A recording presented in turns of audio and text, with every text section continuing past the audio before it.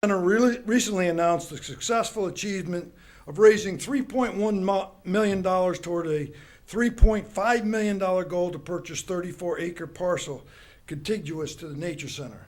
It is our hope that this public-private partnership is the template for advancing the town's open space, water quality, and aquifer initiatives.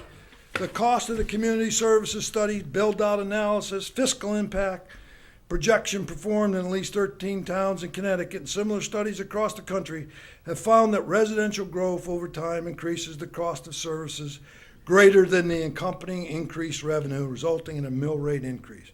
Many progressive and forward-thinking towns have adopted an aggressive agricultural land and open space acquisition policy to offset this fiscal impact of growth.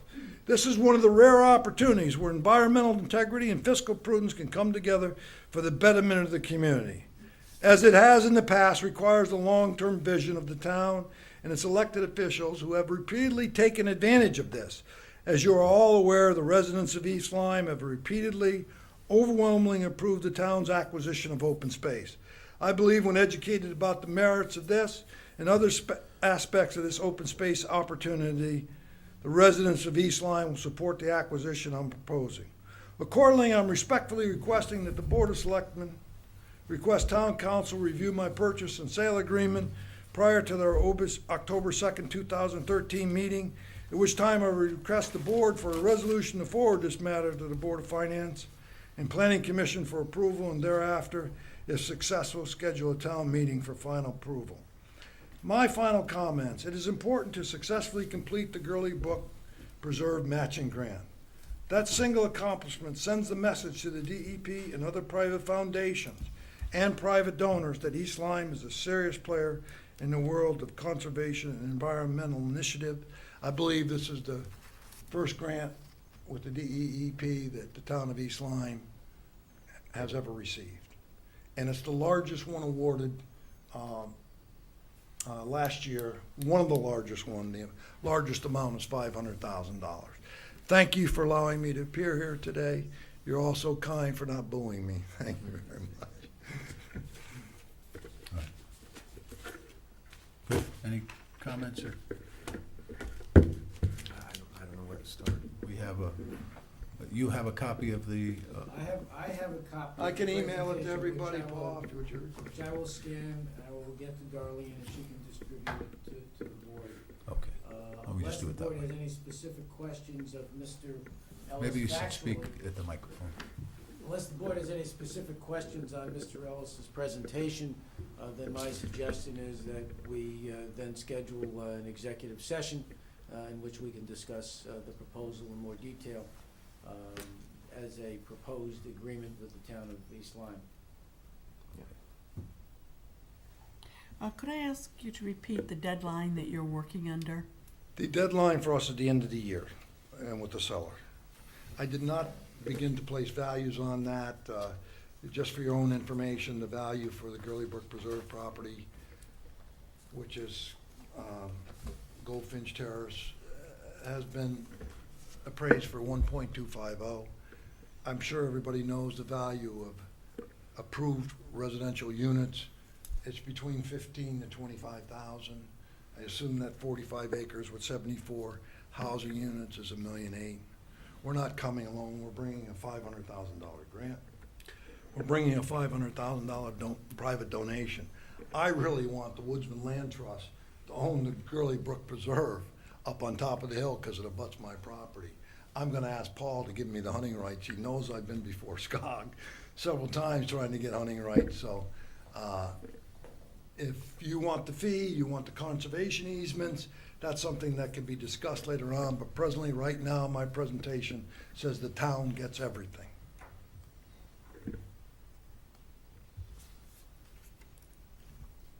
Anyone else? Thank you very much. Thank you, Mr. Thank Ellis. you. Thank you. If you need something emailed,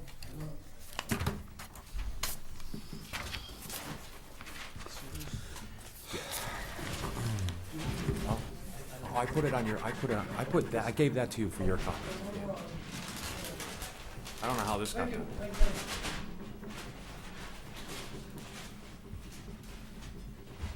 He had 8 of them. I gave you one. Thank you. Yeah. Just move that a little bit Yeah. so that you can Yeah. see the monitor. That's okay.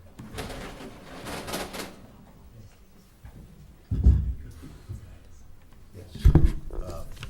On my desk, there's a file in my conference table. If you just accompany in there, you'll see it right on the conference table in the brown manila. Please.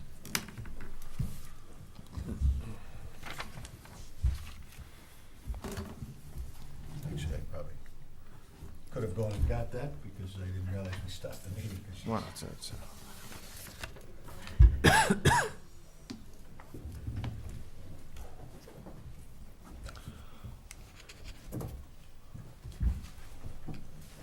Okay, thank you.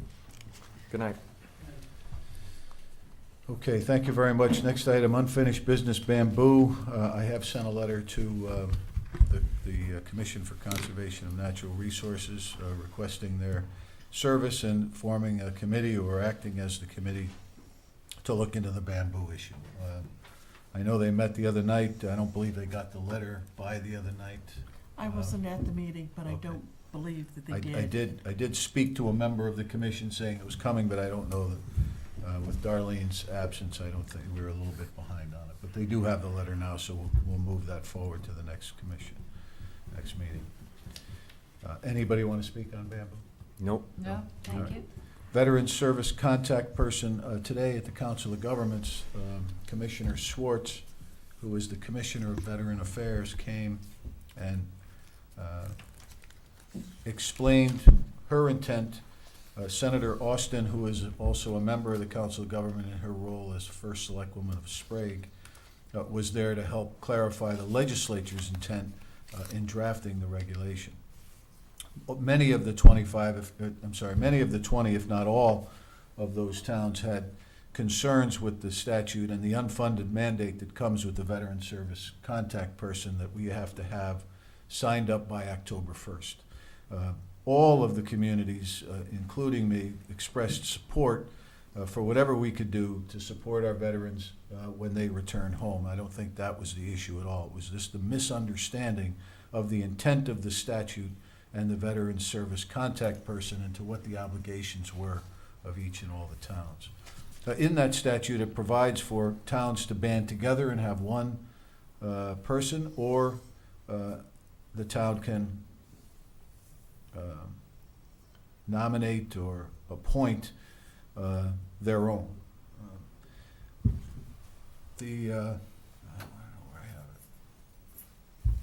The commissioner handed out a card with a number on it that is direct support service through the state, that basically this contact person would be required to attend a 4-hour training session. The training session would indicate what processes and services are available both federally from the state and directly from the agency. Then this person would act as more or less a town liaison for any veteran that would come here in the town of East Lyme, for example, and then basically would just push the information or open access to that information through that she's learned or he's learned from the training that they took available. There is no funding for this program, and this is this would probably be a volunteer assignment in the short term. I have reached out to K. Robert Lewis, who is active in Veterans Affairs in the town, and we're continuing that discussion as to who he may recommend.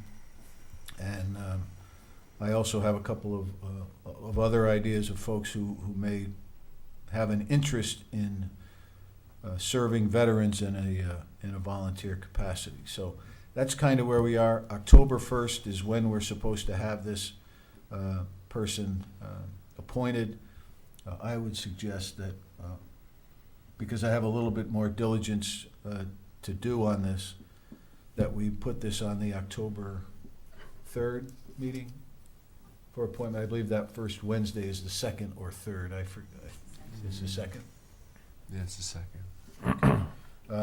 You know, there was some conversation with the commissioner today. There will be no penalties if people do not have this in place. I can, if you want to name me as acting interim veteran service contact person, it's, effective October 1st until we decide. I'm willing to do that, because I think most of it's gonna end up funneling through my office anyway. That's how most of it, because East Lyme is different than that of Norwich or New London, where we don't have a special social service, opportunity. Darlene really handles a lot of that. Norwich does have a commission for Veterans Affairs there, and one of the conversations that we had with the commissioner today, would it be possible to have our towns join together and work through that office to get this done, because those people know all of these services, and that the commissioner didn't seem too fond of that idea. So what will happen is somebody will get appointed in each town, and they'll end up giving the information to that committee anyway. But that's kind of where we are. I bring it up, and so my suggestion is, if you'd like to act on it this evening and stay within the confines of the statute, you could appoint me as the interim veteran service contact person. We put this on the agenda for the first meeting in October, which is either the 2nd or 3rd, and then we'll have more information. I'll have some literature that I could Paul, you hand out said, to you. if there's no penalty involved, we could wait, because the concern I'd have is if we point you interim is a very vague type of thing. I mean, if by then you haven't gotten anybody, we could look at it then, especially if there's no penalty. To be honest with you, the commissioner is not even going to meet the October 1st deadline herself, right, Kim? She mentioned that there's some training that's not even going to be scheduled until later in October, so it wouldn't even be, even if you appointed somebody, they wouldn't know what to do, because there's no training involved for them until the 16th, I believe, of October is the first training. So I think they're aware of Let's it. just move it to the next meeting, and then we'll go from there. idea of Yeah. And what you wanna might do have going it might have forward. changed drastically from there. Okay, Mhm. good? Yep. All right. So that will be on the next agenda. Then we've done the registrar's communications, all right? Am I missing anything? We're moving along. Ex officio reports? Anybody like to start? I have none. Rob? No? Okay, I attended the meeting of the East Lyme Library Board, I think it's September 9th. Highlights from that meeting: the children's room was heavily used this summer, 3,100 in attendance in July alone, almost 1,000 at the Wednesday afternoon programs. The library is going to be offering a new service, an e-magazine service, currently being funded by Lyme, the Regional Library Consortium. It will allow as many users as want to at any given time to download and keep magazines onto their mobile devices. So unlike the ebooks, where there's a limit, as many people as possible can subscribe to this and get the latest Vogue or Sports Illustrated or whatever on their mobile device, which is pretty cool. The Foundation's first annual swing dance took place on July 19th and was a big success. They were very appreciative that we did vote on the children's room light replacement and are looking forward to that. Some questions about cleaning the rug. A rug replacement was proved to be too expensive. And I think that's about it. I also attended the zoning commission meeting. There were several CAM reviews, and then Attorney Harris came before the zoning commission to confirm that his interpretation of zoning regulations with regard to net square footprint for commercial development were in line with the commission's interpretation, and they were. And those are the zoning highlights. And that completes my report. Thank you very much. Kevin? Last night I attended a harbor management, and as we mentioned, Joe Hitchery will be retiring at the end of this month. There is only one individual that indicated his interest in becoming the harbor master, and that is Dick Morris. And by statute, you're required to submit 3 names. It's appointed by the governor, not by the town. You're required to submit 3 names, even though there's only one interested, to the governor. So the commission is going to submit 3 names, but almost assuredly it'll be Mr. Morris. And the other thing is they are asking for the money set aside in the CNRE for the to help fund the review of the harbor management plan. And I guess he sent, Steve Dinsmore sent a message to Paul today, and because the thought was, we thought we needed a town meeting, we don't. It's money that can be allocated to them upon request. And that completes it. I believe that was a budget item. I'm checking Right. to see whether that's in this year's budget or in the capital plan for this year's. Yeah, I think Anna grabbed me ahead of Yeah. time.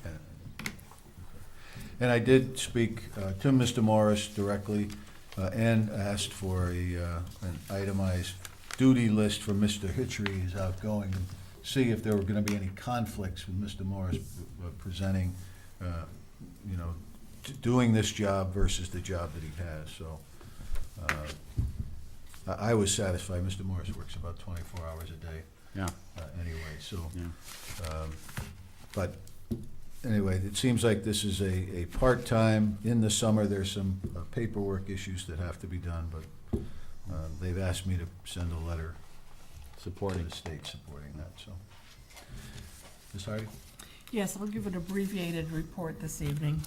At the last Board of Education meeting, there was a delegation of parents that arrived from Darrow's Ridge, and their concern was school bus safety. There were 5 or 6 residents of the development who spoke, and because those are not town-approved roads, school buses are not allowed to transport students or to drive up there. The students are currently waiting on the corner of Mosterway Road, which is a very busy corner, and the feeling was that this was not a safe stop for students. Some parents are driving their children across the street to Rocco Drive to wait there. They wait in their cars, often with younger children who are not of school age yet, and they feel that that presents an additional safety problem.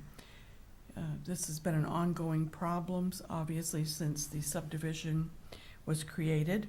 The board explained that at the present time, there is not another solution.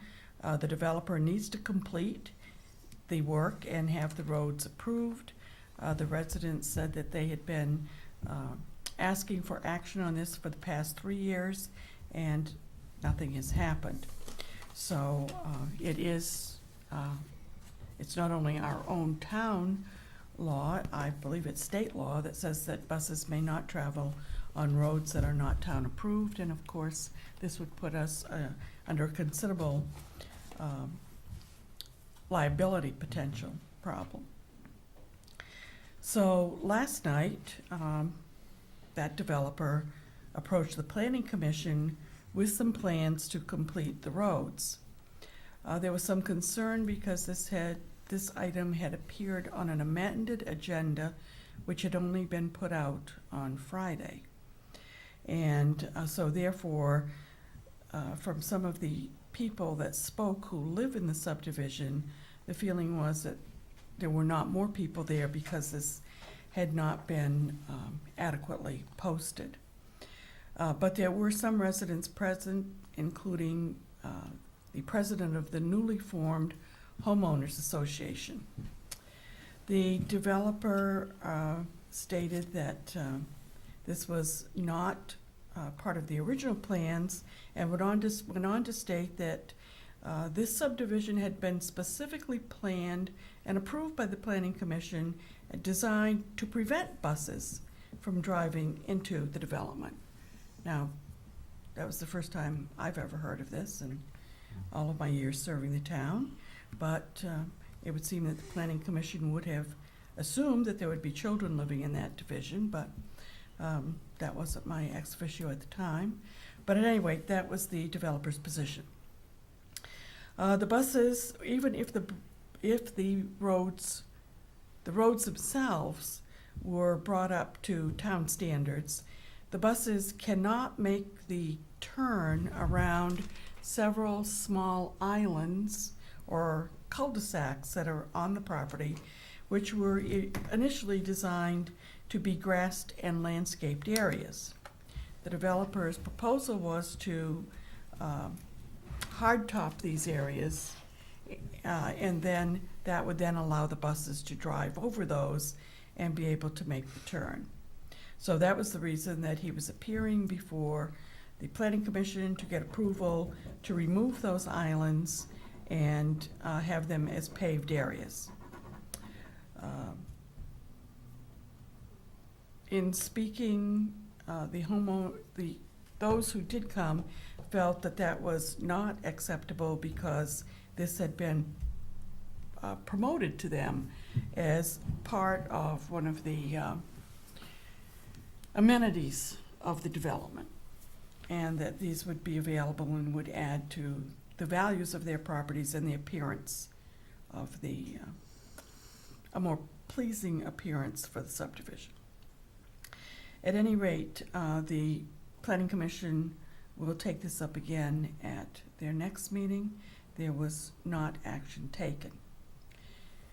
But to back up, at the previous meeting of the Planning Commission, the same developer came and asked to be relieved of the responsibility of maintaining a right-of-way.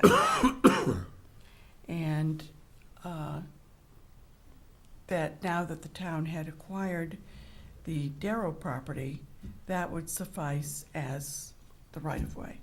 So that is something that would need to be further discussed. So that's the end of my report for tonight. Thank you. Mr. Nickerson? No meetings.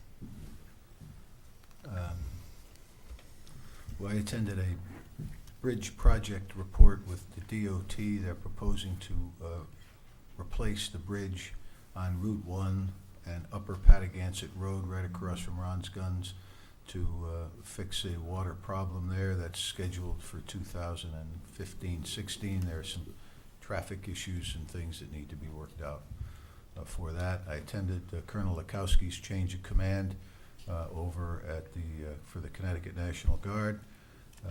He has now taken over the training division, and along with his regular duties as the facility director for the state. I was happy to be there to support him. I attended the senior end of summer picnic. It was a good time up at McCook's. I thought Kathy does a great job there, and it was well attended. Jeffrey's Run, I attended the other night. You heard Mr. Putnam speak about that. At the department head meeting that we have once a month, we had it yesterday.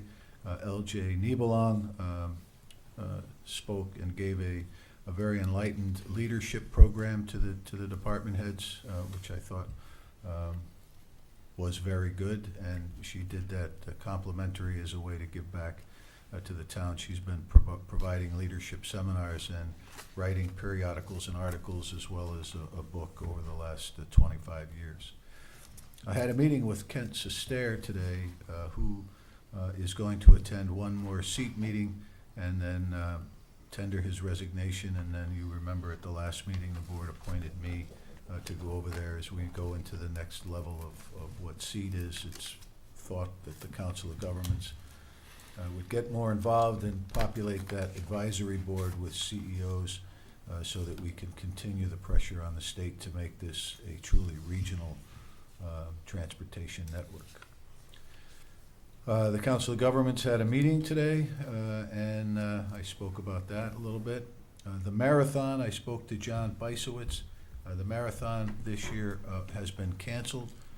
The Chamber of Commerce, who is the main organizer, felt it wasn't worth the effort, so no one has picked it up. So that will not be happening. It usually happens the last weekend in September, the first weekend in October. The boardwalk, I talked a little bit about that at the town meeting. We now have funds, I believe, necessary to build that, and are working on the final design and hope to begin in the next few months. We are negotiating with Amtrak their involvement with regard to safety, personnel, trackmen, and because we are within 15 feet of their electrification lines, we have to have an Amtrak permit. So we're in that discussion right now. The regional water interconnection is about 70% done, with about 50% of the time allotted done, so they're ahead of schedule. We're attending the Montville Wetlands meeting on Thursday night. We've decided to do some directional drilling under Latimer's Brook as it crosses up there, just as it gets into Montville. So that's a change. but the contractor, once awarded the pipeline contract, has convinced everybody that it costs less and will be a better way to do it. So we're going to see what Montville thinks about that. Still monitoring the fuel spill up at the Correctional Institute or York. The next update meeting will be next week, and I will report further what's going on. Mr. Siri spoke about Mr. Hitchery and Dick Morris. I will get a letter to Mr. Hitchery for his involvement. And Phyllis, and her last name begins with a W. I can't think of her last name. What? Yes. Has resigned from the Ledgelight Health Directors Board of Directors, and so we'll be looking for a replacement there. It's been requested somebody with a financial background might be helpful to the board and round out the talents that they have there. We are again working on some aging infrastructure. What is my other notes here? Phyllis? Okay. And we did report last meeting that we had hired Gordon Richardson, who was hired to fill the job up at the field service building and then do some part-time work downstairs.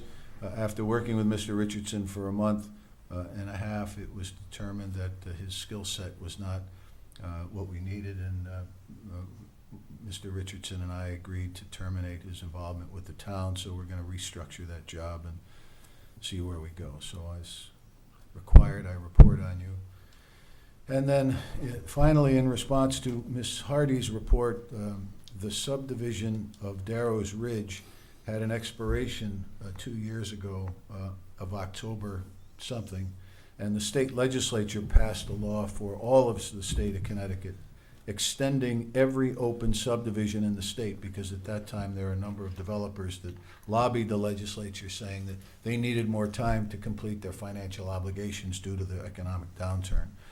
That took any opportunity for urgency out of finishing those roads up there, and the developer took advantage of it, as was his right under the new state statute. But that expiration is coming up again, and that is why we have some increased activity with regard to finishing the road. Also, that the inland wetlands did extend the time limit for that permit work to be done, because in essence the wetland work in that area has satisfied the Army Corps permit and therefore was not deemed to be as time sensitive. So we have been working very hard trying to move that through and solve all of those problems up there, hopefully before winter hits, but it's a very sensitive area up there. So that is my report for the day. I hid my agenda. Can I use yours? Public comments. The next item then would be for public comment. Is there anybody who would like to speak? Mr. Schultz?